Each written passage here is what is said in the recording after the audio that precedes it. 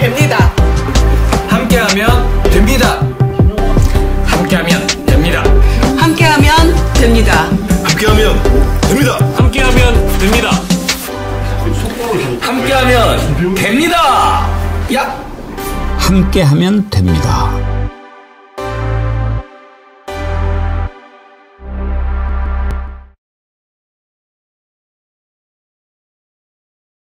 여러분 안녕하십니까? 백운기입니다. 악한 세력들은 별수를 써도 어쩔 수 없는 모양입니다. 지금 국민의힘을 보면서 드는 생각인데요. 세 차례나 경선을 거쳐서 선출한 후보를 후보라고 여기지도 않고 당장 넘겨라. 그렇게 할 거면 뭐하러 돈 들여서 토론회를 하고 여론조사합니까? 그냥 가위바위보로 뽑으면 되는 거 아닙니까? 가시나무에서 무화과를, 찔레에서 포도를 딸 수 없습니다. 국민의힘의 이런 자중질환은 아주 나쁜 의도에서 비롯됐기 때문입니다. 나쁜 의도로 시작한 일이 결코 좋은 결과를 가져올 수는 없습니다. 내란을 일으켜서 국민을 공포에 몰아넣고도 사죄하기는커녕 온갖 추악한 방법으로 정권을 연장해 보려고 발버둥 치다가 그거 안 되니까 어차피 대선은 틀렸고 당권이나 놓지 말자. 그런 생각 때문에 한덕수를 대선 후보로 만들려는 계략 아닙니까? 집이 망해가는데 그 집문서 차지하면 뭐합니까? 한덕수가 떨어져도 당권 도전에 나설 일은 없을 거다 이렇게 본 거지요. 참으로 추악하고 졸렬하고 비열한 집단입니다. 우리 국민이 처단해 줘야 합니다. 그래야 정의가 바로 섭니다. 우리 후손들에게는 그런 나라 물려줘야 되지 않겠습니까? 생방송 백운계 정치 1번지 출발합니다. 자, 정어리몰에서 70만 구독자 돌파 축하 이벤트. 이미 검증된 맛 언양불고기 새로운 또 상품으로 등장했습니다. 이번에 1등 한우 기업과 손잡고 맛도 육향도 업그레이드한 뉴 언양불고기인데요. 저도 먹어봤는데 이 앞에 나온 언양불고기보다 훨씬 더 육향이 진하고 맛있더라고요. 이번에 또 가격 품질은 더 좋아졌지만 가격 그대로 이렇게 1+1+1 3팩에 25,700원 무료 배송이니까요. 여러분 많이 사랑해 주시고 그리고 이제 70만 구독자 돌파해서 여러분께 또 선물 드려야지요. 이번에 준비한 선물은 보조 배터리입니다. 뭘 선물로 드리는 게 제일 좋을까 했는데 그래도 요즘에 휴대폰 많이 쓰시고 또 백운계 정치 1번지 주로 휴대폰으로 보시잖아요. 이게 실물입니다. 이게 너무 또 보조 배터리가 커도 불편하고 너무 작으면 용량이 적은데 이렇게 손에 딱 들어오는 그리고 앞에 백운기의 정어리TV 100만 함께하면 됩니다. 이렇게 되어 있는데요. 여기 뒤에 보면 타입별로 이렇게 다 있어요. C타입 뭐 이렇게 B타입 꽂을 수 있는 거 있고 4개나 이렇게 있으니까 이렇게 다 이용하실 수 있는 배터리 이것도 선물로 받아가시기 바랍니다. 예, 여러분 이번 기회에 더욱더 많이 사랑해 주시길 바라고요. 연휴 끝나고 오늘 수요일인데 월요일 같은 그런 날이죠. 저는 그래도 월요일부터 계속 방송해서 오늘 수요일 같습니다. 예. 김재수님 안녕하세요. 21번째 좋아요 눌렀습니다. 모두 다 좋아요 한 번씩만 누르고 인사하시지요. 반갑습니다 하셨는데 김재수님 좋아요 일찍 하셨군요. 좋아요를 여러분들께서 많이 눌러주셔서 70만 빨리 된 것 같습니다. 이게 좋아요를 누르면 유튜브에서 알고리즘을 통해서 이렇게 많이 뜨거든요. 혹시라도 이 방송 보시는 분 중에 구독 안 누르신 분은 없겠지만 꼭 눌러주시고 좋아요도 한 번씩 꼭 눌러주시기 바랍니다. 우리가 빨리 100만 정어리 만들고 싶습니다. 100만 정어리 되면 하고 싶은 일들이 참 많거든요. 여러분들 널리 알려주시고 이제 100만 정어리 향해서 한 걸음씩 한 걸음씩 나가보도록 하겠습니다. 오늘 함께 하실 세 분 패널 소개합니다. 장유미 변호사님, 신인규 정당 바로세기 대표님 어서 오십시오. 안녕하세요. 그리고 오랜만에 모셨습니다. 김재준 전 청와대 춘추관장님 반갑습니다. 반갑습니다. 우리가 마포에서 방송할 때 뵙고 예, 맞습니다. 여기서 뵙네요. 예. 여기 여의도 대산빌딩은 찾는데 힘들지 않으셨어요? 저는 이 건물이 좀 익숙합니다. 그래요? 왜냐하면 네. 예전에 2017년도 대선 경선 때 네. 문재인 후보의 그 캠프가 여기에 있었습니다. 당시에 이제 제가 수행팀장이었기 때문에 그렇군요. 네. 아주 좋은 터네요. 여기는 그때도 저희가 승리를 했고 뭐 제가 알기로는 이재명 대표 지금 이재명 후보님도 후보도 이쪽으로 지금 예. 사무실 캠프를 지금 그래서 내고 여기 여의도의 명당터가 아닌가 여기에서 반드시 대선 승리를 하실 거라 굳게 믿습니다. 예, 또 그런 인연이 있으시네요. 네. 예, 오늘 잘 부탁드립니다. 제가 잘 부탁드리겠습니다. 네. 자, 먼저 그쪽 집안 사정부터 한번 봅시다. 이게 지금 난리가 보통 난리가 아닙니다. 그런데 저는 꼭 김문수 후보 편을 들자고 하는 게 아니라 상식적으로 그게 맞지 않습니까? 아니 뭐하러 그러면 경선을 그렇게 세 차례나 하고 돈 들여서 여론조사하고 또 뭐 토론도 하고 그 난리를 펴니까 그냥 가위바위보 하든지 추첨하든지 제비 뽑아가지고 야 누가 되든지 한덕수한테 넘겨줘야 되니까 그렇게 해 하면 될 일이지. 그런데 김문수 나름 턱걸이도 하고 그 애를 써가지고 올라왔잖아요. 마지막에 딱 됐는데 그러면 하루 이틀이라도 좀 축하하고 박수도 좀 쳐주고 분위기도 주고 또 국민의힘에 뭐 당헌 당규에 당무 우선권이 있다며 지난번에 윤석열이 그거 가지고 난리 치지 않았어요? 그런데 야 빨리빨리 넘겨. 어떤 놈이 기분 좋겠습니까? 나 같아도 나는 뭐 더 안 하겠지만 김문수 후보 입장에서 보면 이건 진짜 황당하죠. 그런데 그걸 갖다가 빨리 내놓으라고 하니까 한덕수도 정말 염치가 없는 놈이에요. 신인규 대표님. 그러니까 이게 국민의힘이라는 집단이 얼마나 괴기한 집단이 돼버린 것인가를 있는 그대로 보여주는데요. 뭐 국민의힘 말 바꾸는 게 한두 번이 아니죠. 본인들한테 무죄 주면은 그 판사는 우리법연구회라도 좋은 판사하고 자기들한테 불리하면은 뭐 우리법연구회 판사 뭐 또 때려잡자 이렇게 얘기를 해왔는데 이번도 똑같습니다. 그 당무우선권이라는 당원은 바뀐 게 없어요. 그대로인데 과거 이 지금 국민의힘의 기득권 구태 세력들이 윤석열 옆에 붙어서 해먹을 때는 당무우선권을 가지고 모든 걸 정리했고 지금은 김문수 후보를 끌어내려야 되니까 그 당무우선권 이거 별거 아니야 라고 하면서 또 이중잣대를 시작하고 있거든요. 그러니까 김문수 후보 입장에서는 정말 기분이 나쁠 수밖에 없는 것이고 이거 기분 문제가 아니라 정당민주주의라고 하는 헌법의 대원칙, 이미 정당민주주의라고 하는 헌법 가치가 무너진 정당, 내란과 쿠데타를 동조하고 박수치는 정당에서 또 한 번의 지금 내란이 일어나는 거 아니냐. 결국에는 정당하게 선출한 대선 후보조차도 끌어내리겠다라는 지금 내란 DNA가 또 한 번 발동되고 있는데 이건 정말 국민이 안중에 없는 거는 당연한 것이고 국민 알기를 너무 우습게 알고 있는 이 지금 친윤 지도부들의 아주 만행 아니냐. 전 그렇게 요약하고 싶습니다. 지금 상황을 아주 재미있게 도표로 이렇게 정리한 게 있더라고요. 그거 한번 보면 아주 딱 정리가 됩니다. 어디 뭐 정치권 일타 강사가 만드신 것 같아요. 한번 보십시오. 온라인 커뮤니티에서 했군요. 자, 등장인물들 크게 세 개죠. 덕수, 문수, 권투. 누군지 아시죠? 그리고 이제 그 옆에 배우 세력들이 하나 있어요. 줄리 빤스. 줄리는 그 줄리고 빤스는 그 빤스입니다. 자, 여기 보면 일단 그 뒤에 배우 줄리가 덕수에게 할배가 해. 그렇게 이야기를 하죠. 그러면서 권투한테는 빨리 정리 안 할래? 하고 압력을 넣는단 말이에요. 그러니까 참 당혹스럽죠. 이거 생각대로 될 줄 알았는데 그러면서 문수한테 이제 물러나지? 이렇게 이야기를 하니까 문수가 야 이거 어떻게 저 옳은 자리인데 싫어 새끼야. 그런 거예요. 제가 욕하는 게 아니고 이거 읽는 겁니다. 여러분. 이해가 바로 되네요. 사진을 바꿔주시니까. 자 그러니까 덕수 쪽에서 새끼들아 나 밀어준다며. 그러니까 투건이 야 나도 미치겠어 좀만 기다려줘. 그리고 이제 계속 문수한테 각본대로 좀 해. 그러니까 내가 어딜 봐서 너보다 못하냐. 근데 또 저쪽에 또 배우가 하나 있어요. 빤스. 야 계시가 왔어. 네가 해. 왜? 김문수는 자기 새끼잖아요. 그 밑에 또 새끼 중에 새끼. 그가 또 비서실장도 또 완전 새끼 아닙니까? 그러려면 차라리 뭐 한덕수한테 줘. 정광훈한테 주면 되지. 이게 딱 이렇게 쉽게 또 정리가 되네요. 아, 대단합니다.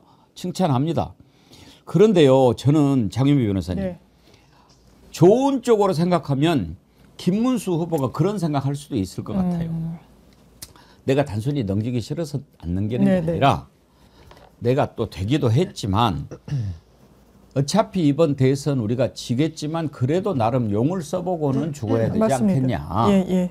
근데 아무리 봐도 한덕수보다는 그래도 내가 좀 싸울만하다고 나는 생각한다. 네. 이런 생각도 있을 것 같아요. 왜냐하면 한덕수를 어떻게 맞습니다. 뵙겠어요? 왜냐하면 지지율로도요. 이제 국민의힘 내지는 국민의힘과 무당층으로 한덕수, 김문수를 붙이면 한덕수가 이제 비교 우위에 있는 건 맞는데 당원들은 진심이라는 기류가 있는 거죠. 다만 정말 본선을 전제하고 이준석까지 넣어서 이재명, 이준석 그리고 한덕수를 넣을 때랑 김문수를 넣을 때랑 큰 차이가 없어요. 그러면 본인은 아니 본선 경쟁력이 내가 그러면 그렇게 많이 떨어지나? 그리고 명분, 정치적으로 명분과 정당성은 누구한테 있습니까?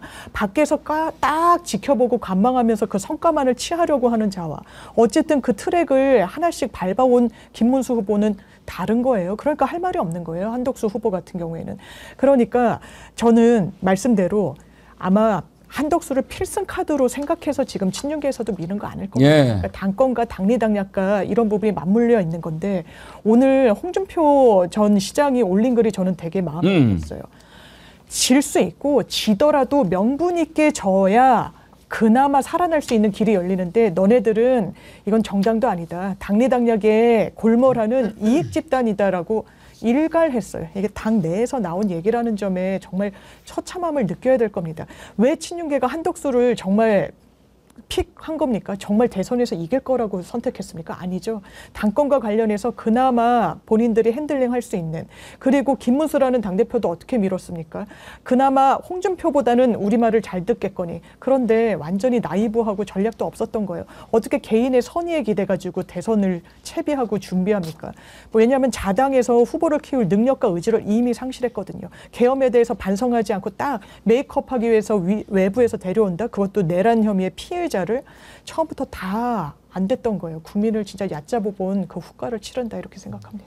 이번에 경선 같이 치렀던 후보들 반응 보면은 왜 이러는지 우리가 알 수 있습니다. 제가 좀 이따 정리를 해드리려고 했는데 장윤미 변호사님이 방금 얘기하셔서 그 김에 한번 보고 갑시다. 홍준표 후보 끝나고 나서 곧바로 정계 은퇴하면서 당이 나를 버렸다 이러지 않았어요? 그러고는 가만히 있을 줄 알았는데 하도 돌아가는 꼬라지를 보니까 참을 수가 없던 모양입니다. 페이스북에 이렇게 글을 올렸어요. 아주 마음 먹고 했더라고요. 떠날 때는 말없이라는 건 가수 현미의 노래일 뿐 아무래도 내가 겪은 경선 과정은 밝히고 떠나야 할 것 같다. 이러면서 2차 경선 과정에서 느낀 소외를 밝혔는데 처음 경선에 돌입해서 국회의원 48명, 원외 당협위원장 70여 명 지지를 확보했을 때 국민 여론에도 앞섰기 때문에 2차에서 무난히 과반수를 할 줄 알았다. 그런데 용산과 당 지도부가 합작해서 느닷없이 한덕수를 띄우면서 탄핵 대선을 윤석열 재신임 투표로 몰고 가려고 했을 때 나는 설마 대선 패배가 불보듯 뻔한 그런 짓을 자행하겠냐? 이런 의구심이 들었다. 그러면서 용산과 당 지도부가 만만한 김문수를 밀어서 한덕수 장애가 되는 자신을 떨어뜨리는 공작을 꾸몄다. 그러면서 김문수도 이들의 음험한 공작을 역이용했고 김문수도 음험한 공작 역이용하면 안 되냐? 니들이 한 짓은 정당하냐? 이렇게 아주 비판을 합니다. 그동안에 윤석열은 상당히 좀 봐주는 것 같더니 윤석열에 대해서도 이제는 전 대통령도 안 붙입니다. 윤석열은 나라 망치고 이제 당도 망치고 있다. 용병 하나 잘못 들여 나라가 멍들고 당도 멍들고 있다. 오호 통제라. 지금 이렇게 딱 읽어보니까 지금은 온전한 정신인 것 같은데 그걸 왜 이제 이야기합니까? 우리 신인규 대표님이 항상 이야기해요. 가끔씩 붙었다 떨어졌다 한다고. 아니 지금 고장난 시계가 오늘 2번 맞을 때가 있거든요. 맞는 시간이 된 거죠. 고장난 시계인 건 분명하고요. 그러니까 홍준표 시장의 저 말이 메시지만 놓고 보면은 뭐 손댈 데가 없죠. 근데 문제는 그 메신저 자체가 그동안에는 권력에 부안해동하다가 이제 와서 밀려나니까 저 얘기를 했을 때 메시지가 그 메신저에 의해서 반감되는 효과라고 저는 보고요. 저는 권성동, 권영세 이 둘이 사실은 이 윤핵관을 상징하고 뭐 윤석열의 하수인일 수도 있는 건데 이 국민의힘의 기득권자들이라고 하는 이 지도부의 문제가 뭐냐면요. 단일화라는 거를 자기 경선, 자기 당의 경선이 진행되는데 이야기하는 것도 문제입니다. 근데 더 큰 문제가 있습니다. 단일화를 하는데 자기 당 후보로 단일화를 하는 게 아니고 옆에 사람으로 단일화하자. 그러니까 예를 들면 대한민국 국민이요. 일본의 이익을 위해서 매국행위하고 있는 거랑 똑같습니다. 그걸 법률적으로 뭐라고 하느냐? 배임행위라고 하죠. 저자들은 배임 범죄자랑 똑같은 겁니다. 배임을 하고 있죠. 자기 당이 망하는 길로 좀 가자고 하고 있으니까요. 그러면서 왜 한덕수라는 사람을 내세워서 배임을 하느냐? 이유는 딱 하나죠. 한덕수 같은 어리버리를 세워놔야 자기들이 또 대리 통치를 하기가 편하거든요. 그러니까 이거는 배임과 사기 그리고 본인들의 기득권을 유지하고자 하는 어마어마한 탐욕이 농축되어 있는 행동을 했는데 이게 그동안에 윤석열 띄우고 할 때까지는 국민들이 잘 몰랐어요. 근데 내란행위가 딱 벌어졌을 때 국민들이 모든 걸 다 알듯이 지금은 모든 바퀴벌레들이 다 튀어나오고 있는 시점이다. 전 그렇게 봅니다. 하나만 더 봅시다. 홍준표 지금 이렇게 밖에서 막 기관총 쏴대는데 한동훈은 어떻습니까?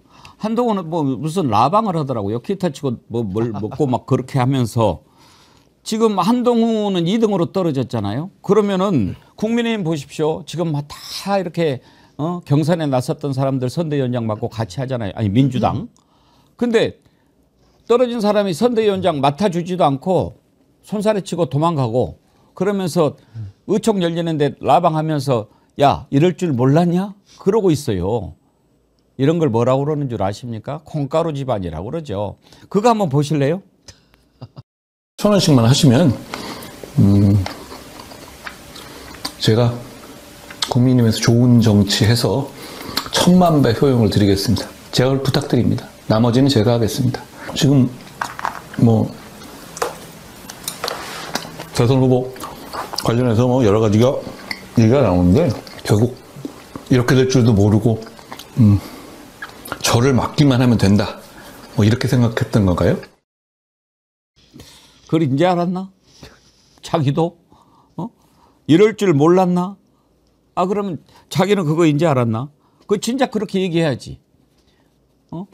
경선 과정에서 그래야죠. 여러분, 이거는 윤석열이 저를 몰아내려고 하는 짓입니다. 그러면 선거 이기겠습니까?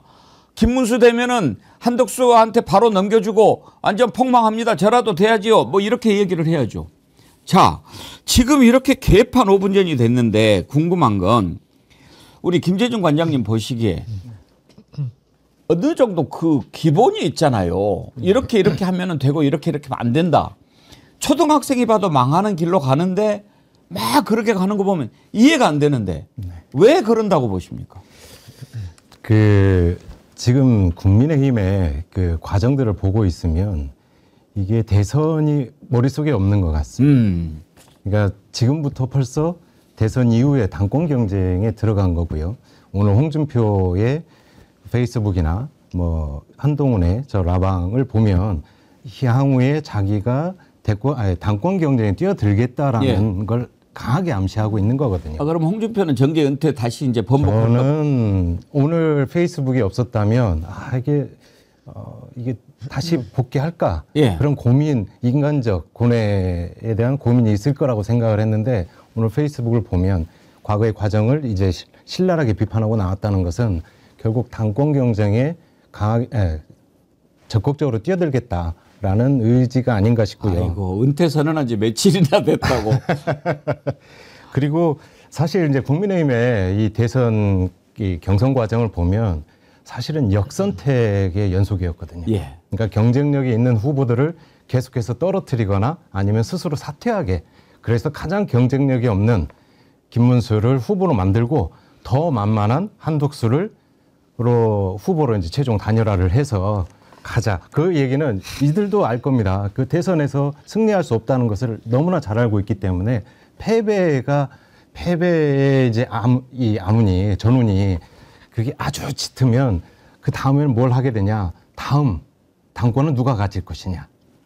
여기에는 이제 뭐 가령 윤석열 대통령이 트럼프의 모델을 염두에 두고 그렇게 가려고 하는 뭐 밑그림이 있을 수도 있죠. 그건 좀 더 살펴봐야 되겠습니다만.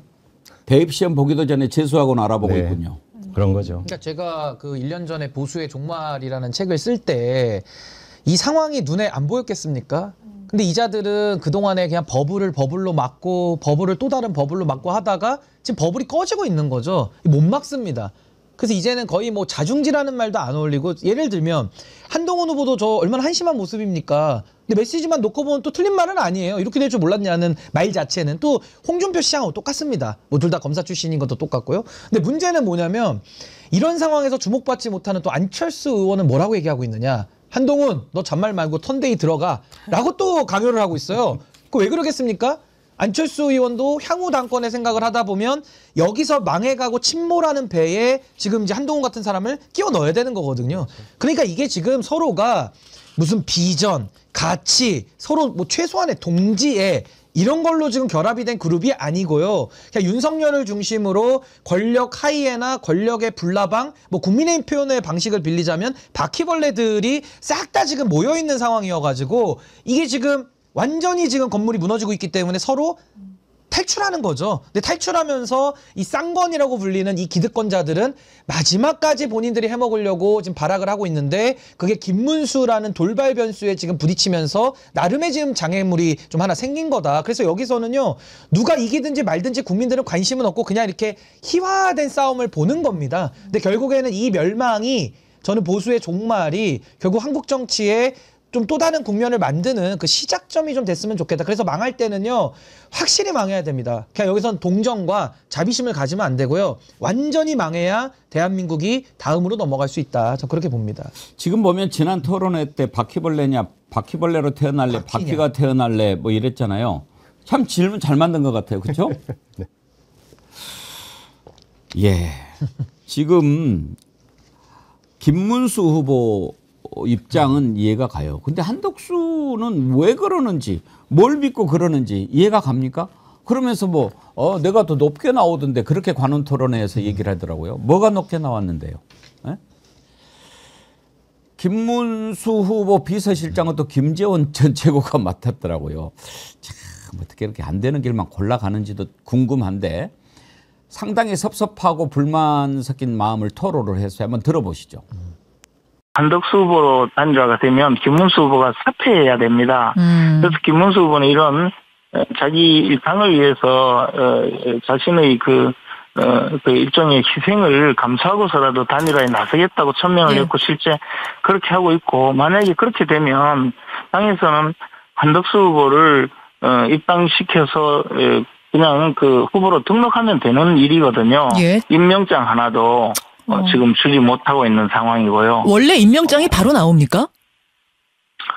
임명장은 요즘은 디지털로 보내기 때문에 즉각 스마트폰으로 송출이 됩니다. 그리고 그렇군요. 거기에다가 사무총장이 거부를 하는 바람에 최고회의를 개최할 때 보면 뒤에 백드롭이라 해서 배경 판이 있거든요. 사진을 찍으면 뒤에 구호가 나오고 지금 뭐 함께 앞으로 이런 구호가 적혀 있는데 그것을 당연히 김문수 후보의 사진과 그리고 그 선거 슬로건을 넣어서 바꿔야 이 사진을 찍을 때 또는 회의를 할 때 조금이라도 홍보가 되고 하는데 그 백드롭 설치마저 거부를 해버렸습니다. 김문수가 어저께인가 대구 갔던가요? 뭐 이렇게 보니까 플래카드가 걸려 있는데 국민의힘 대통령 후보의 방문을 환영합니다 이렇게 돼 있더라고요. 김문수 이름도 없어요. 김재준 관장님. 네. 국민의힘은 당무 우선권이라는 게 있다고 그러더라고요. 네네.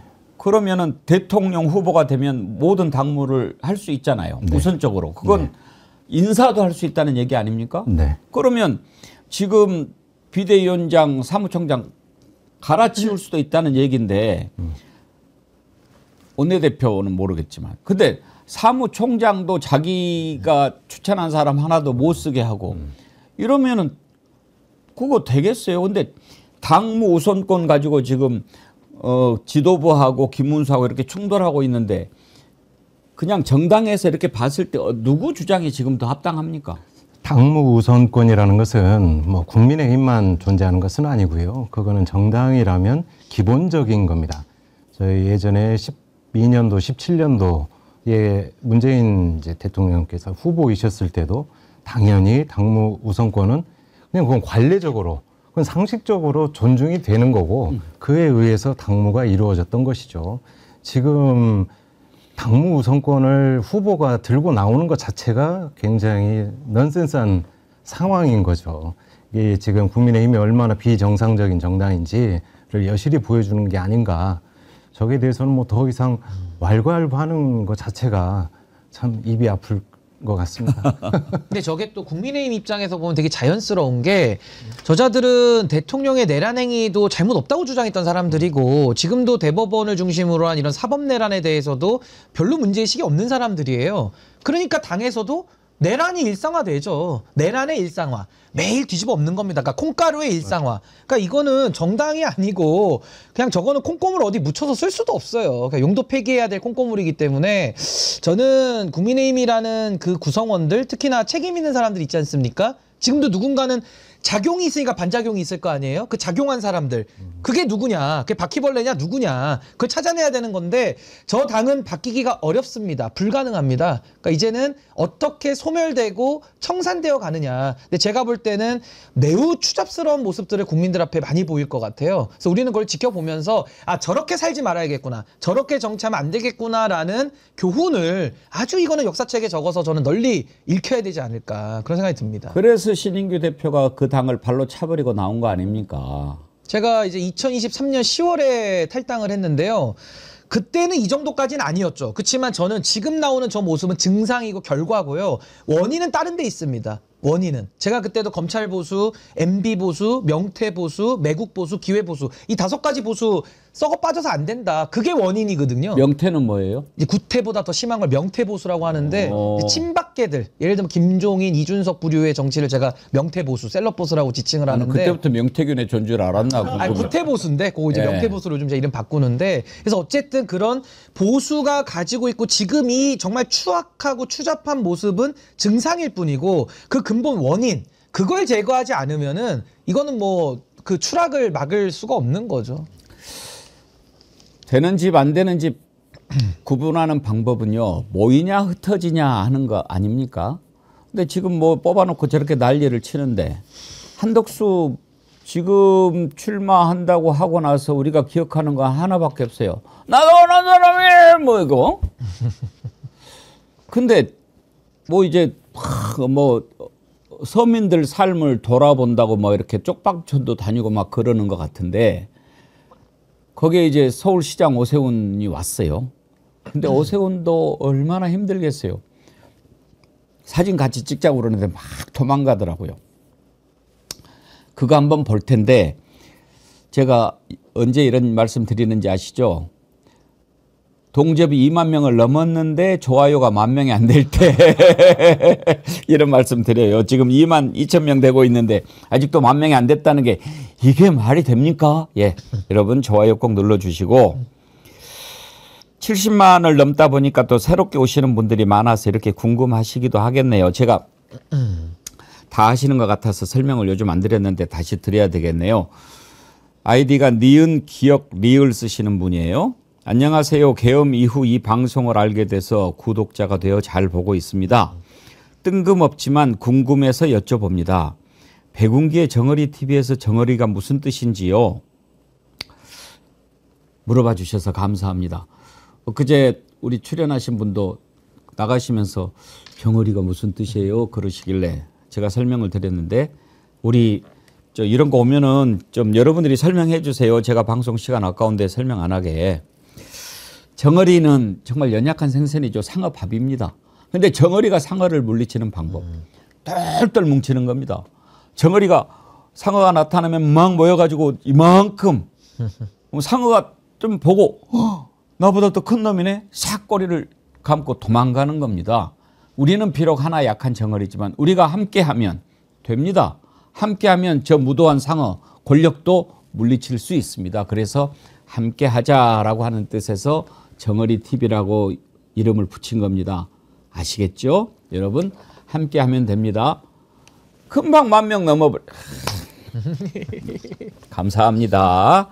자, 한덕수 오세훈 그 카트 한번 잠깐 보고 가죠.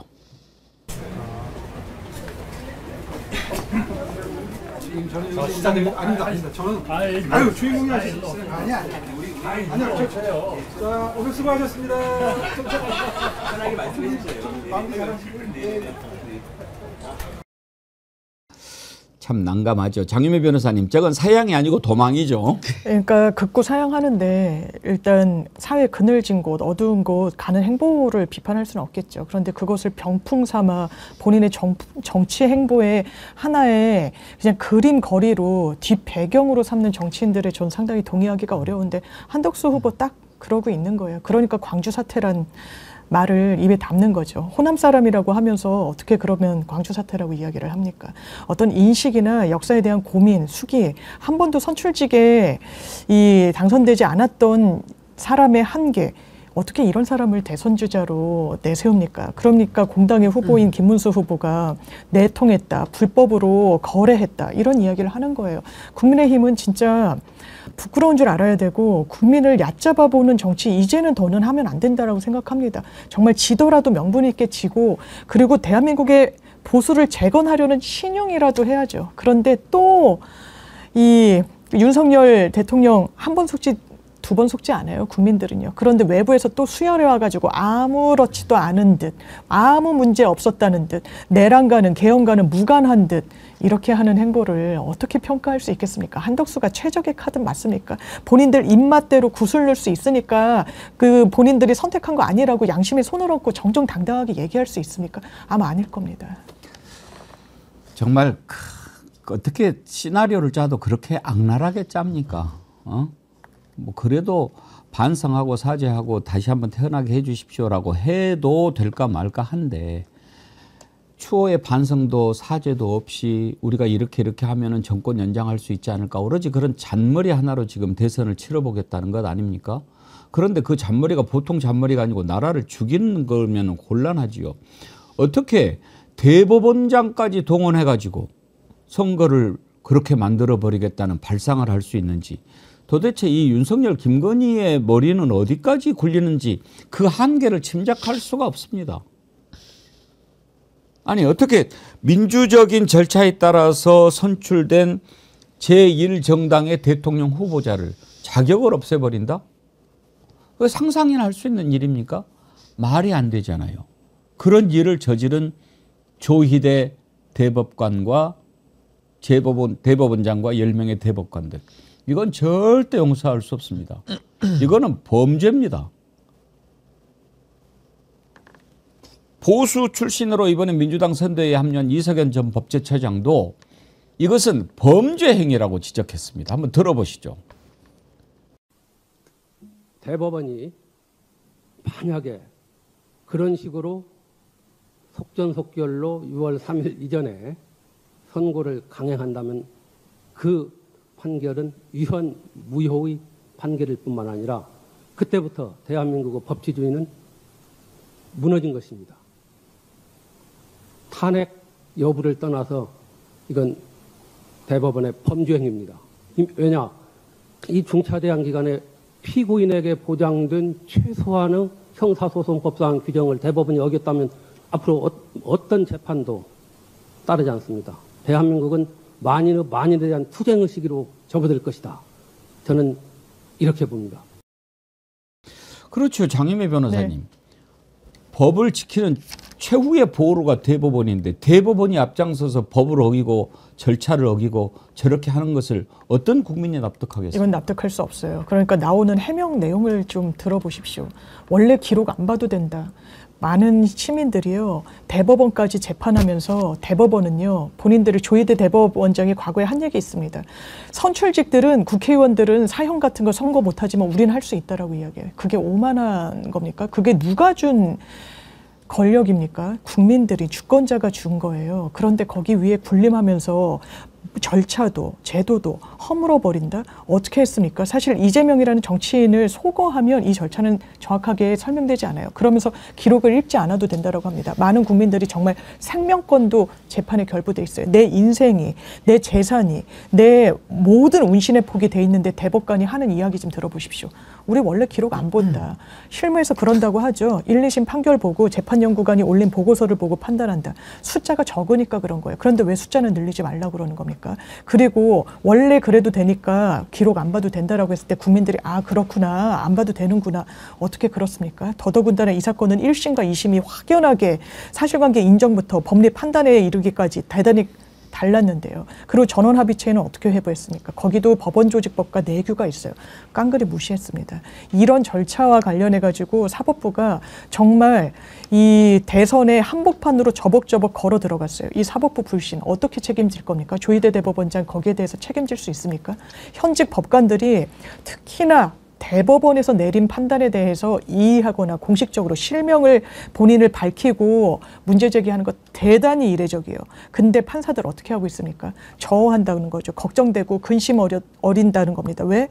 조희대 대법원장 때문에. 그러면 재파기환송심에서는 어떻게 했습니까? 인편으로 송달하겠다고 해요. 아니요. 실무에서는 상상하기 어렵습니다. 왜냐하면 우편 송달 한두 차례 해보고 안 받으면 그때 집행관 송달하는 거예요. 그게 일반적이에요. 그런데 왜 처음부터 이런 무리수를 둡니까? 헌법 116조에는요.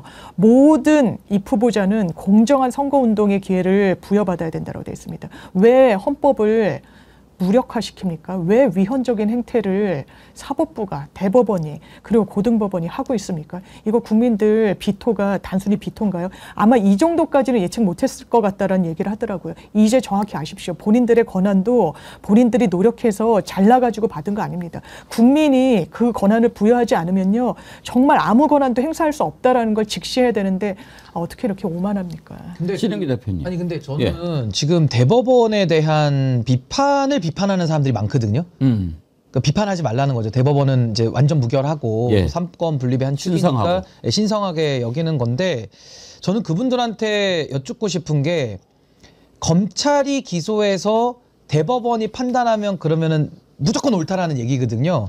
그럼 인혁당 사건은 어떻게 설명할 겁니까? 그때도 검찰이 기소해서 법원이 사법살인을 저질렀고 실제 집행까지 됐거든요. 근데 이 사안은 정치적 생명을 놓고 보면 인혁당 사건의 재판인 겁니다. 검찰이 기소하고 대법원이 지금 속전속결로 절차 위반과 내용 위반을 가지고 재판을 내리고 있거든요. 그러면 저는 이것도 문제지만 더 나아가서 불리하니까 지금 니들 대법원 공격하는 거 아니야? 또 이렇게 얘기하거든요. 근데 이거는 유불리의 문제가 아닙니다. 불리한 재판일 수도 있고 유리한 재판일 수도 있어요. 이재명 대표가 무죄가 나올 수도 있고 유죄가 나올 수도 있어요. 유죄가 나오더라도 벌금 100만 원 밑으로 나올 수도 있고 100만 원 벌금 이상으로 나올 수가 있습니다. 유불리의 문제가 아니라 지금 문제의 핵심은 뭐냐면요.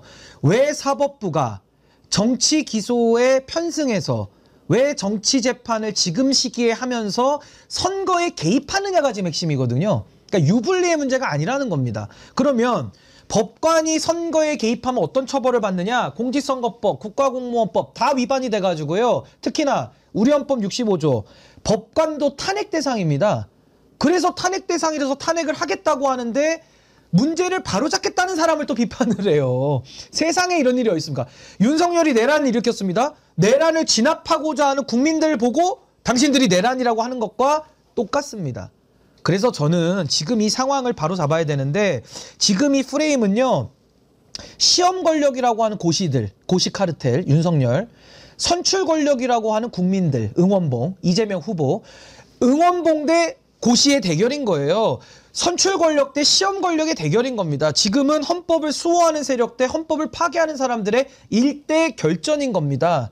그래서 저는 지금 이 대한민국의 상황이 너무나도 비참한데 다행스러운 것은 오늘도 지금 이 시간에도 서울중앙지법의 한 부장판사가 조희대 대법관 물러나라면서 법관회의 소집했다고 지금 하거든요. 저는 판사들이 지금 응답해야 된다고 봅니다. 법관의 독립성과 중립성은요. 헌법이 부여했는데요. 그건 국민들이 지켜주는 게 아닙니다. 법관 스스로, 법원 구성원 공무원들이 스스로 세워나가는 원칙이기 때문에 지금 이 상황에 대해서 탄핵 가지고 탄핵병이다 이 난리치지 마시고요. 조희대 대법원이 저지른 불법과 위법에 대해서 판사들 스스로 양심의 손을 얹고 지금은 이야기를 해야 될 시점이다. 그래서 전 이번에 조희대 대법원장, 제가 요즘에 불법원장이라고 부르는데 조희대 불법원장이 저는 어마어마한 저는 잘못을 저질렀고 어마어마한 실수를 했고 어마어마한 의도를 가지고 재판 개입을 했기 때문에 거기에 대한 책임도 저는 반드시 물려야 된다. 저렇게 봅니다. 김재준 관장님. 네. 대법원에서 아니 어떻게 그 짧은 시간에 6만 쪽이 넘는 걸 다 볼 수 있냐. 네. 그러니까 뭐 다 보는 것이 중요하지 않다 이랬다가 정말 그게 문제가 될 것 같으니까 뭐 보기는 봤다. 그러니까 그러면 전자문서로 이렇게 봤을 거니까 네. 그 로그인한 그것을 공개해라. 네. 지금 이렇게 요구하지 않습니까? 네. 접속 기록 공개하라는 청원이 서명운동에 지금 100만 명이 넘게 참여했는데 또 이렇게 하니까 뭐 꼭 그걸로 봐야 되는 법이 아니다라고 하는데 그러면 이제 종이문서로 봤다라고 얘기를 해야 되잖아요. 그건 더 증명하기가 쉽지 않습니까? 그거는 이제 저희 행정상에 기본적으로 출력을 하게 되면 로그 기록이 다 남게 되어 있습니다. 예. 그러니까 그 로그 기록을 제출을 하면 되는 것이죠. 근데 이제 저는 이런 문제가 두 변호사이시니까 두 분께서 그런 저는 이제 변호사가 아니니까 좀 국민의 관점에서 이 문제를 좀 얘기를 드리자면 이게 이제 대선에 국민의힘에서는 지금 대선이 없고 정작 사법부는 조희대 대법원은 대선의 개입 정도가 아닌 거죠. 이거는. 사실상의 구도로 국민이 바라봤을 때는 이재명 후보와 조희대 사법부 대법원만 보이는 거죠.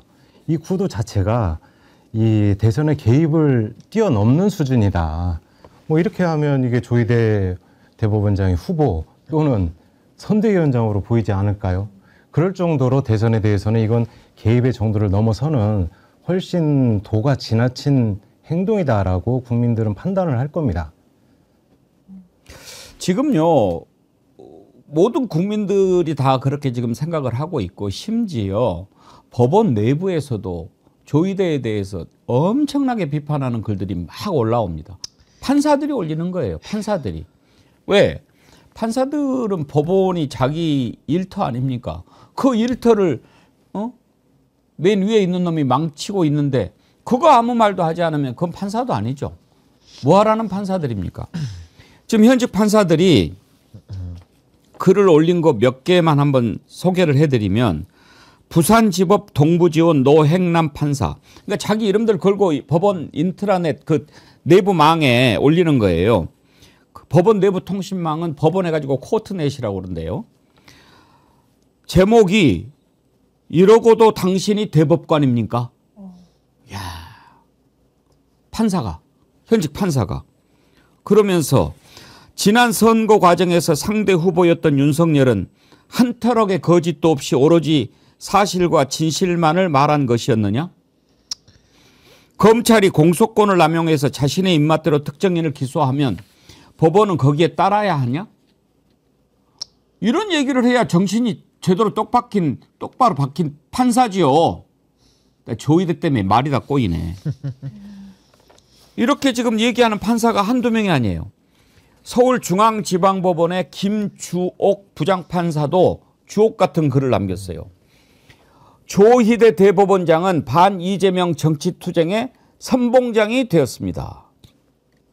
그러면서 이것을 지적했어요. 아주 날카롭게 지적했는데 내심의 의사는 외관을 통해서 추단할 수밖에 없습니다. 자, 서울고법이 무죄 판결 선고하자마자 방대한 기록의 공람 절차를 다 마치고 대법원에 기록을 송부한 일, 사건을 소부에 배당한 단일 소부 대법관들이 기록을 검토할 틈도 없이 대법원장이 재판장인 전원 합의체의 사건을 회부한 일, 원심의 판단을 기록과 대조해서 살펴볼 틈도 없이 선고기일을 지정하고 파기 환송한 일, 선고 기일 지정 당시부터 방송 생중계를 광고한 일, 대법원 선고 다음날 고등법원에 기록을 송부하고 고등법원은 당일 대통령 선거운동 기간 내인 5월 15일로 일의 변론 기일을 지정한 다음에 피고인에 대해 우편 송달 절차를 생략한 채 곧바로 집행관 송달을 촉탁한 일, 이런 일 보면서 대법원장의 내심의 의사가 어떠한지 모르겠냐 이거예요. 그러니까 구체적으로 10명 모여가지고 자 이번에 우리 이재명 날립시다. 이렇게 작당하지 않았다 하더라도 분명히 조희대 그럴 거예요. 이제 청문회 나올 텐데 증거 있으면 내놔봐라. 아니 증거가 있어야 우리 말에 그런 거 있죠. 똥인지 된장인지 찍어서 맛을 봐야 합니까? 조이대가 이렇게 하고 있으면 대법관들이 아 원장님 뜻이 이러네. 모르겠어요. 그럼요. 이런 지금 글들이 계속 올라옵니다. 정의구현 사재단의 발언에 대해서 우리가 항상 주목하고 공감하는 것은 사재단이 갖는 무게 때문도 있지만 이분들이 항상 상식에 맞는 얘기를 하기 때문에 그렇습니다. 정의구현 사재단이 성명을 냈어요. 대선에 저음하여 시민 여러분께 이런 성명을 냈는데 성명 전문을 이렇게 딱 읽어봤는데 참 그렇구나. 이래서 사재단의 그 말이 우리 국민들의 가슴을 울리는구나. 몇 가지만 제가 좀 소개를 해드리겠습니다. 내란 수계가 파면되고 가까스로 대선 일정이 확정됨에 따라 민주주의 회복과 안정을 기대하게 된 주권자들 머리 위에 느닷없이 불화로가 쏟아졌다. 대법원이 너무나 사소한 두 마디를 구실로 허위사실 유포라는 희대의 죄를 씌워 여론조사에서 압도적 1위를 달리는 후보의 피선거권을 박탈하고자 한 것이다. 대법원장 조이대가 주도하고 대법관 10명이 공모한 판결을 시중에서는 사상 초유의 사법 쿠데타라고 부른다. 이유를 달기 어려운 명명이다. 그러면서 조희대를 정점으로 하는 사법 쿠데타 세력이 빼앗으려 하는 것은 누군가의 피선거권 하나가 아니다. 대한민국 전체 주권자의 선거권 박탈이 최종 목표다. 하지만 그들의 쿠데타 성공할 수 있을까? 어림도 없다. 누구도 동의하거나 묵과하지 않을 것이기 때문이다. 그러면서 궁금하다. 저들이 왜 저럴까? 바로 저들만의 세상이 종말을 고하고 있다고 느끼기 때문이다. 자기들끼리 물려주고 물려받던 특권을 더 이상 지속할 수 없게 되자 반미치광이가 된 것이다. 우리는 그날 대법관 10명의 근엄한 표정에서 의인 한 사람을 십자가에 매달았던 성경의 대제관들을 떠올렸다. 어떻습니까, 여러분? 지금 저렇게 종말이 오고 있는 거죠. 보수의 종말을 쓰신 신은규 대표님. 저자들이 지금 발악을 하는 거 아닙니까? 저는 지금의 이 대한민국의 현실에 분노하지 않으면요. 그거 국민이 아닙니다. 국민이면은 지금 이 상황에서 분노를 안 할 수가 없어요. 저는 참 이 뭐랄까요. 법원의 지금 구성원들을 생각하면 제가 참 마음이 먹먹해지는데 왜냐하면 이제 저희 돌아가신 부친께서 판사 생활을 오래 하셨고 예. 이 법관들이 얼마나 고생하는지를 저는 잘 알거든요. 주말도 없이 기록을 싸들고 집에 와서 보던 그 아버지 물론 지금은 돌아가셨지만은 그 모습이 제가 생각이 나서 마음이 좀 먹먹합니다. 근데 그 평온하게 자기 일에 매진해야 되는 사람들이 왜 자기 실명 걸고 정치적 비판 받을 걸 뻔히 예상되는데 저런 행동까지 왜 하게 만듭니까?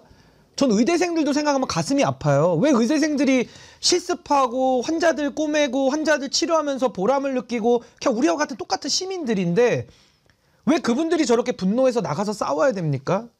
분을 내야 됩니까? 그러면 지금 생각해 보십시오. 이 나라를 이 법관들 일상에 살 수 없도록 방해하고 만든 세력이 누굽니까? 조이대 아닙니까? 우리의 일상을 누가 뺏어갔습니까? 지금 국민들이 6개월 동안 거의 수면제 없이 잠 못 주무시는 분들 많거든요. 헬기 소리만 들어도 가슴이 철렁 나는 분들이 많으시거든요. 그럼 광주에 계신 5.18 희생자 유가족분들은 어떤 마음이겠습니까? 그러니까 저는 지금 대한민국의 일상을 다 빼앗기고 일상을 찬탈하는 세력들이 내란 세력이고 행정부에서 내란을 일으키고 군에서 일으키고 검찰에서 일으키고 국가기관 다 망가뜨려 놓고 방통위에서 그 난리를 치고 법원까지. 저는요 오염물질을 뿌려도 우리가 그 수원에다가는 오염물질 뿌려서는 안 되지 않습니까? 물론 뭐 바다에다가 뿌리는 것도 문제지만 바다야 뭐 어떻게 정화된다고 치고 이 수원에다가 독극물 푸는 놈은 진짜 때려 죽여야 되는 거거든요. 저는 사법부가 수원이라고 생각합니다. 그걸 오염시킨다. 정의의 저울. 인혁당 사건을 통해서 사람을 살릴 수도 있고 실제로 사형을 집행해서 죽일 수도 있는 그 사법부가 그 법복을 입혀놨더니 법복을 입은 정치인들이 이렇게 난리를 쳤다? 지기현, 조이대 뭐 더 나열해 볼까요? 이 사법부의 구성원들을.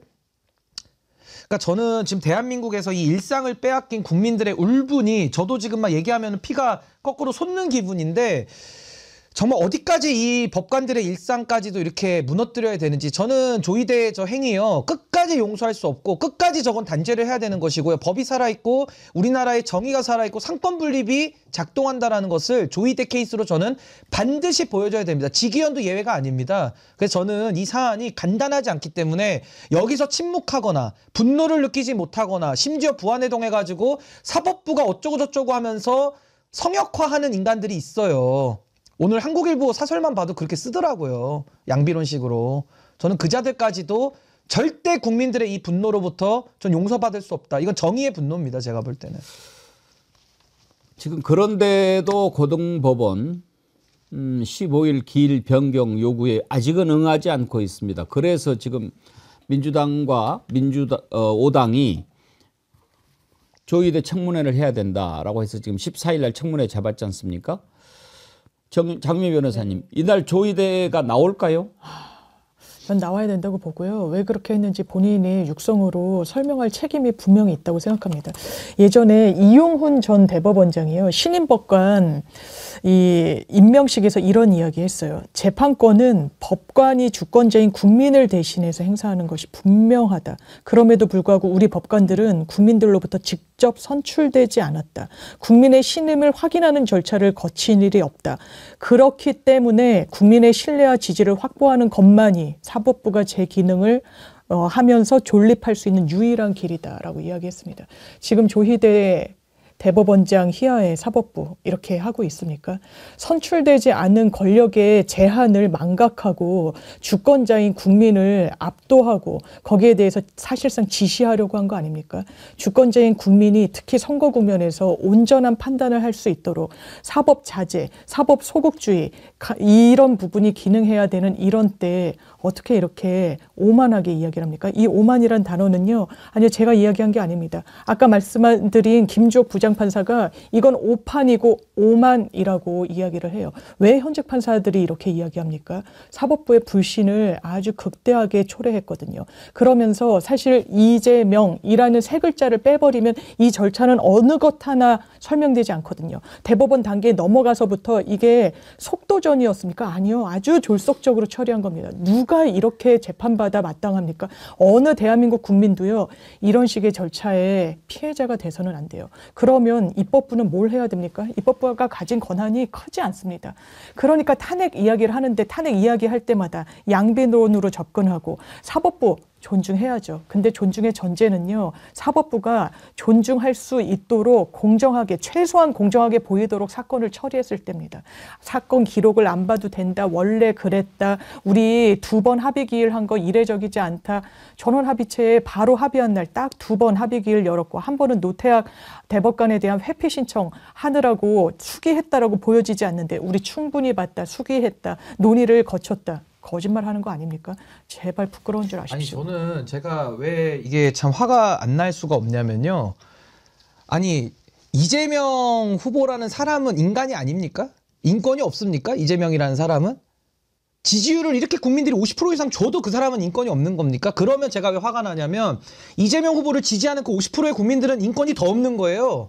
그냥 개돼지인 겁니다. 개돼지. 그 사람들의 인식에서는. 그러면 윤석열하고 조이대만 인권이 있습니까? 윤석열 재판할 때 그렇게 방어권 달라고 노래 불렀던 사람들이 그 사람들 아니에요? 또 당무우선권처럼 자기들이 쓸 때는 당무우선권이 있어야 되고 여기는 또 없는 겁니까? 그러니까 윤석열만 자유를 외쳤거든요. 그럼 윤석열만 자유로워야 됩니까? 김건희만 자유로워야 되고 김건희만 수사 면제받고 김건희만 검사 핸드폰을 뺏을 자유가 있는 거고 힘이 있는 겁니까? 그럼 국민들은 뭔데요?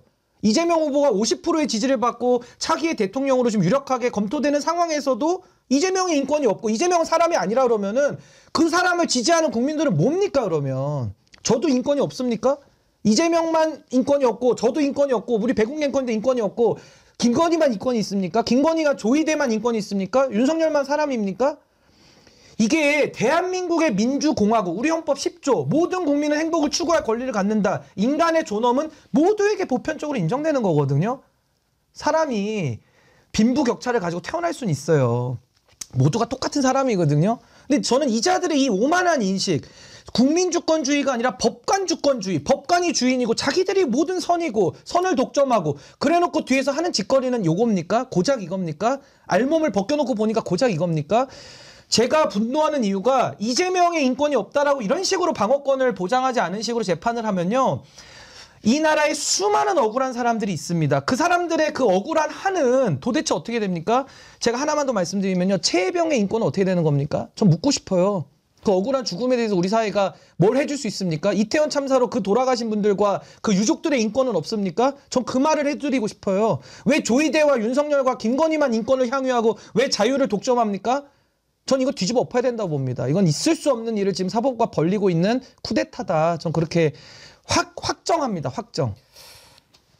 이게요. 그냥 평소에 벌어지는 일이라고 해도 지나친 감이 있는 그런 죄입니다. 당선 무효형이라고 하는 건 당선된 사람한테 적용하는 거죠. 당선 무효. 왜?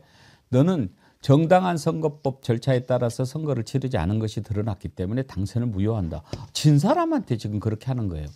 그런데 진 사람한테 그렇게 하는 것까지도 뭐 너네들이 그렇다고 쳐도 지금 대한민국의 대통령을 뽑는 선거가 진행이 되고 있지 않습니까? 그걸 코앞에 닥쳐왔는데 그걸 지금 시간이 모르겠어요. 열차가 쭉 달렸는데 종착역에 도착할 시간이 돼서 맞아 떨어져서 그렇다면 몰라.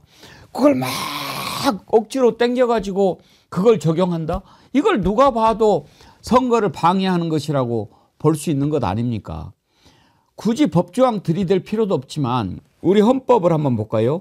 헌법 제116조 선거운동은 각급 선거관리위원회의 관리하에 법률이 정하는 범위 안에서 하되 균등한 기회가 보장되어야 한다. 우리 헌법입니다. 헌법.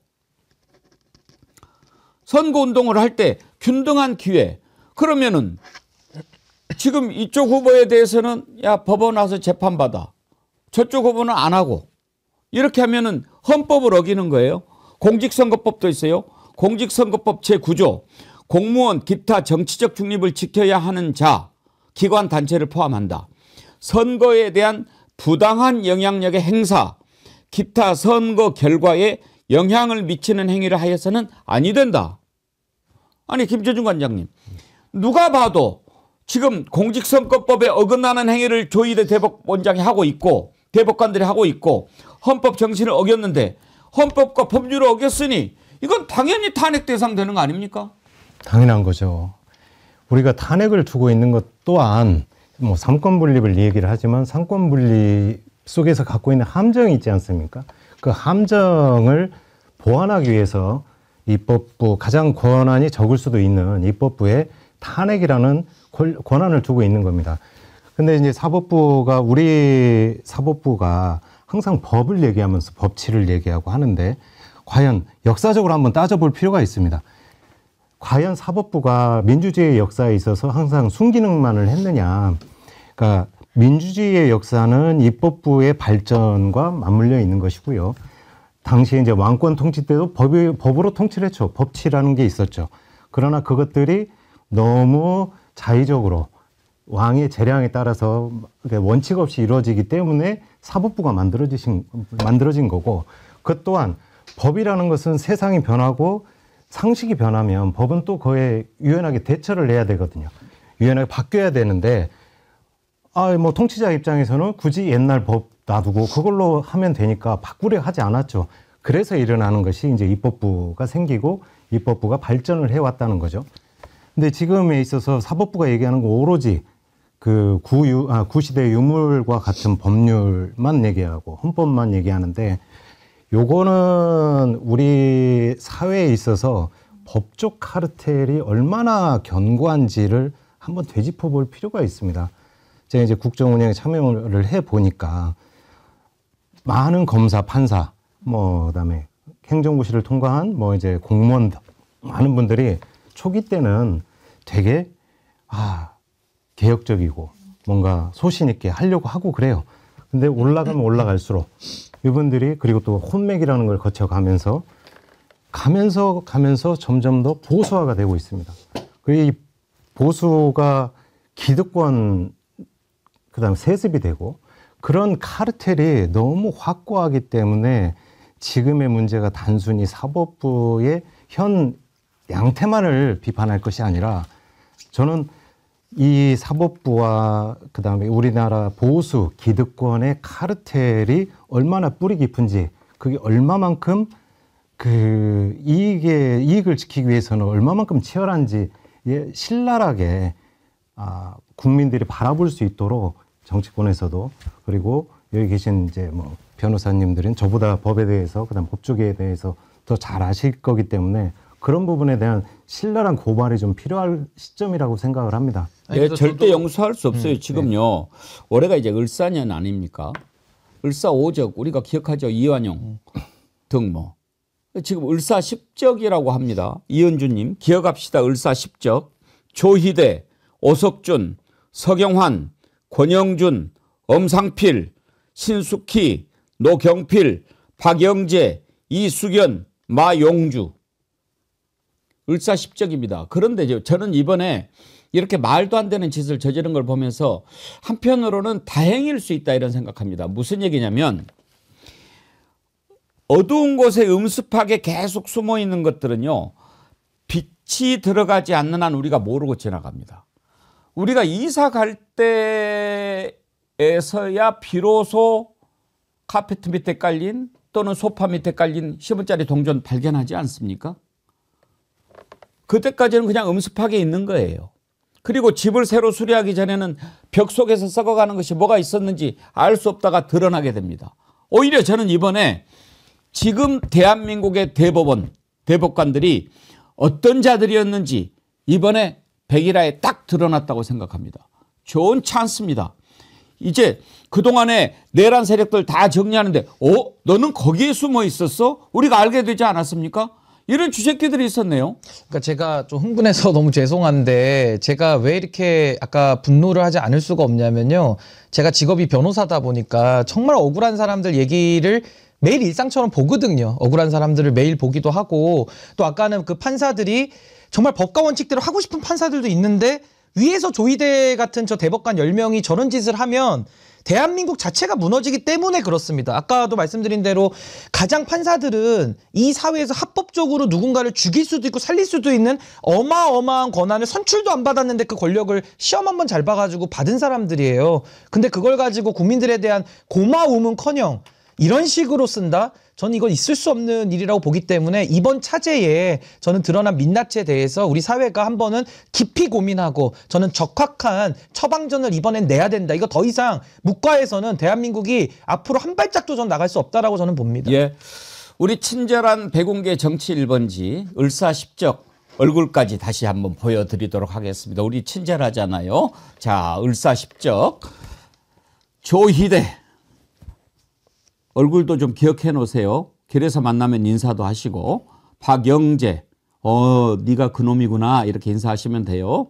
신숙희, 권영준, 오석준, 서경환, 엄상필, 노경필, 엄상필, 노경필, 이수견, 수견해지네요 갑자기. 마용주. 자, 이렇게 대한민국의 아주 훌륭한 대법관 10분입니다. 여러분들 정말 존경스럽지 않습니까? 얼굴 다 기억했다가 만나면 꼭 인사하시고 이번에 이렇게 알려주셔서 감사합니다. 곧 정리해 드릴게요. 인사해야 됩니다. 제 공통점이 있네요. 10명이. 네. 내란에 관여된 수괴 내지는 내란 대행이 다 임명을 했네요.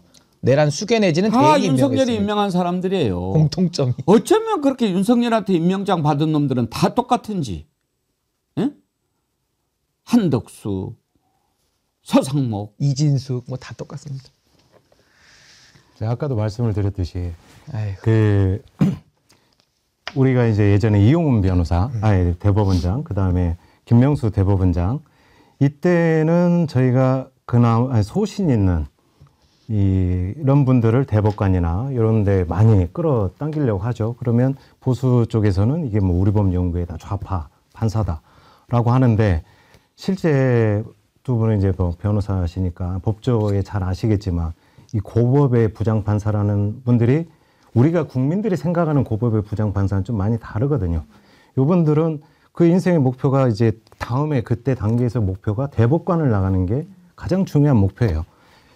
그게 무슨 얘기를 제가 드리고자 하냐면 인사권을 통해서 기득권 카르텔이 강하게 위로 가면 갈수록 형성이 되더라. 요 부분에 대한 혁파가 필요하다. 네. 예. 을사십적이 아니라 십이적으로 해주라는 의견이 많이 올라오네요. 시무정 지귀연 이것 좀 빠뜨리면 안 될 것 같습니다. 예, 나중에 수정하도록 하겠습니다. 그런데 이제 지금 이렇게 사법 쿠데타임이 분명해졌는데 청문회는 당연한 거고 정청래 법사위원장이 글을 이렇게 올렸어요. 조희대 청문회 개최는 당연히 하는 거고 더 중요한 것은 조희대 사법 쿠데타 내란 특검입니다.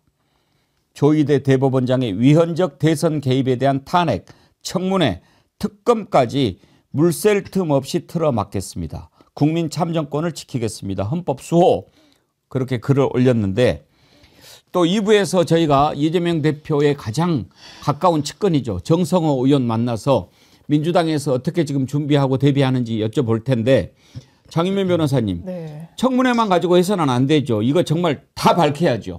그래서 제가 이제 시간을 너무 예외적인 일들이 많으니까 많은 분들이 그러는 거예요. 그러니까 5월 15일이 첫 기일이 있기 때문에 보통은 그날 출석을 안 하면 다음 기일을 넉넉하게 2, 3주 뒤에 잡고 이러는데 사람들이 저한테 묻는 거예요.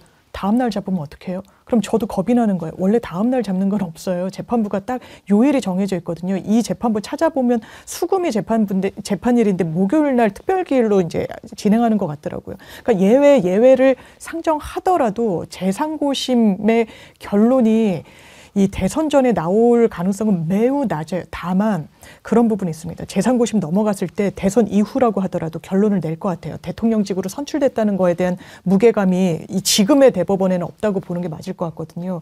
그러면 집행유예 이상의 형이 선고되면 국가공무원법상 면직이 됩니다. 그때는 정말 다른 방법이 없어요. 주권자의 이 민의를 그대로 받든다면 10명에 대한 대법관 탄핵이 불가피해지는 측면이 있어서 탄핵도 지금 고민하는 카드로 거론이 되는데 적시해야 되는 거 아니겠습니까? 그렇다면 그 적시라고 하는 것은 분명히 그 시점이 아마 6월 3일 저 개인적으로는 이후가 될 것 같고 그래도 준비는 지금 해놔야 되죠. 뭐 신장식 의원이 계속 얘기하는 것처럼. 속보가 나왔는데 예. 기일 변경을 해준 걸로 지금 나오네. 줬어요? 18일로 지금.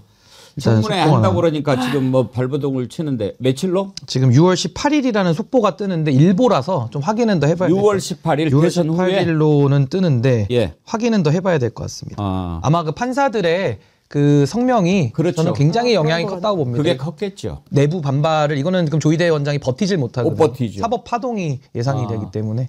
그러면 일단 한시름 놓는 거네요. 일단 연기가 돼서 이제는 그렇게 불안 안 하셔도 될 것 같습니다. 이제는 예. 요거 때문에 그렇게 힘들었던 거예요 그동안에. 그렇죠. 고법이 티를 쥐고 있으니까. 아니 이것 때문에 말이 안 된 거죠. 아니 어떻게 대선 후보 결정이 났는데 그 후보 자격을 박탈해 버리려고 달라들면 그 되겠습니까?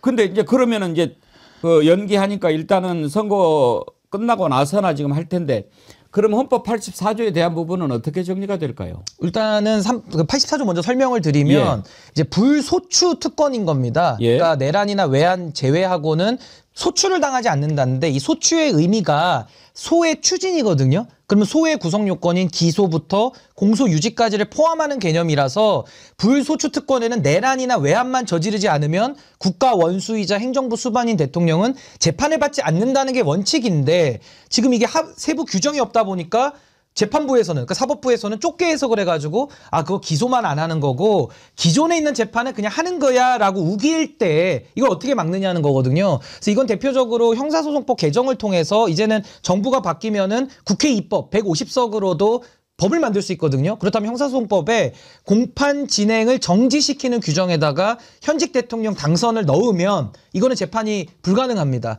그리고 좀 더 확실하게 하자면 아예 공직선거법의 이 허위사실 공표 조항 내지는 후보자 비방죄라는 것도 원래 폐지론이 많이 나왔었거든요. 이런 식으로 정적제 고용으로 많이 썼기 때문에 그래서 이 부분에 대해서는 아마 공직선거법의 형벌 조항까지 손을 본다면은 이제는 뭐 문제가 요 사안으로는 없는 거다 이렇게 보시면 될 것 같습니다. 예. 아무튼 다행스러운 소식입니다. 서울고법이 파기환송심 첫 공판을 5월 15일에서 6월 18일로 연기했다는 속보가 들어왔습니다. 그럴 수밖에 없지요. 아니 국민이 지금 선택을 하는 그 선택의 시간이 다가오고 있는데 법원 너네들이 뭐라고 어디다 감히 국민의 선택을 거역할 수 있습니까? 이 조희대 정신 나간 놈이죠. 이거 고법은 이렇게 됐으니까 고법은 탄핵을 안 하더라도 조희대는 청문회 해야 됩니다. 조희대는 끝까지 책임 물어야 됩니다. 책임 물어야 됩니다. 끝까지 물어야 됩니다. 청문회 해가지고 너 누구 전화 받았어? 핸드폰 바꿨을까요? 아니 이제 바꾸기 전에 지금 수사가 들어가면 더 좋고요. 예. 그러니까 결국에는 직권남용 수사해야 되거든요. 아마 지금 고발이 들어간 걸로 알기 때문에 오늘 또 공수처가 다른 쪽에 또 압수수색을 열심히 하던데 전 대법원에 대해서도 이 정도 사안이면 전 수사해야 된다고 봅니다. 조희대 이자가 지금 청문회 나와라 너 탄핵한다 막 이런 지가 지금 쫄려가지고 이렇게 한 모양인데 그런다고 자신이 저지른 죄 절대 덮을 수 없습니다. 반드시 밝혀내야 됩니다. 왜? 아니 이사하다가 소파 밑에 숨어있는 10원짜리 찾았는데 아이고 내가 뭐 못 본 셈 치고 버려? 안 되지요. 너 잘 걸린 거야. 그런 짓으로 지금까지 대법원장을 해왔다고? 절대 국민 용납 못하죠. 그 의도가 다 드러났는데 지금요 뭐 김현장의 어떤 변호사가 다 시나리오를 짰네 뭐 누가 뭐 뒤에 있었네 다 얘기하는데 이게 진실로 다 드러나게 됩니다.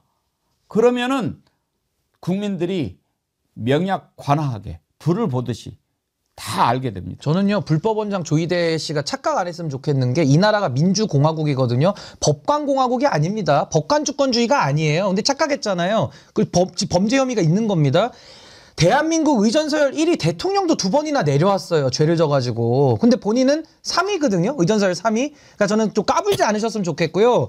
지금 공수처법에도 보시면은 명확하게 나와 있습니다. 대법원장 수사 대상으로 규정돼 있어요. 직권남용 수사 범위입니다. 저는 공수처가 오늘 대통령실 관련해서 최혜병 외압 사건 지금 들어갔다고 압수수색 들어갔다고 하는데 그건 그거대로 하고 전 공수처가 바쁘겠지만 지금 이 순간에라도 전 조희대 대법원장에 대해서 고발 사건 전 바로 수사 착수해서 핸드폰 못 버리게 이거부터 저는 단도리를 쳐야 된다고 봅니다. 예. 최송환님 신인규 파이팅 하면서 슈퍼챗 보내주셨고요. 감사합니다. 나우누리님 70만 축하드립니다. 그동안 짜증도 늘고 신경질적으로 변해가는 제 자신을 느끼고 한동안 신경 끄고 지냈는데 언제나 정의리원님들 응원합니다. 천호님 희대의 사법내란을 주도한 조희대는 단언컨대 윤석열 내란의 역할 분담 분명히 있었을 겁니다. 이자도 내란 공범입니다. 가을 오니 시원하다. 벌써 가을? 조희대 탄핵 후 대비 노태학 선관위원장 겸 대법원장 권한대행 등장에 대비하라. 당선인 공표가 걸린 문제다. 권한대행이 피선고권 박탈 재심 판결을 확정할 수도 있다. 오늘 유튜브 보니 또 다른 경고글이 있어서 대비 차원에서 퍼왔어요.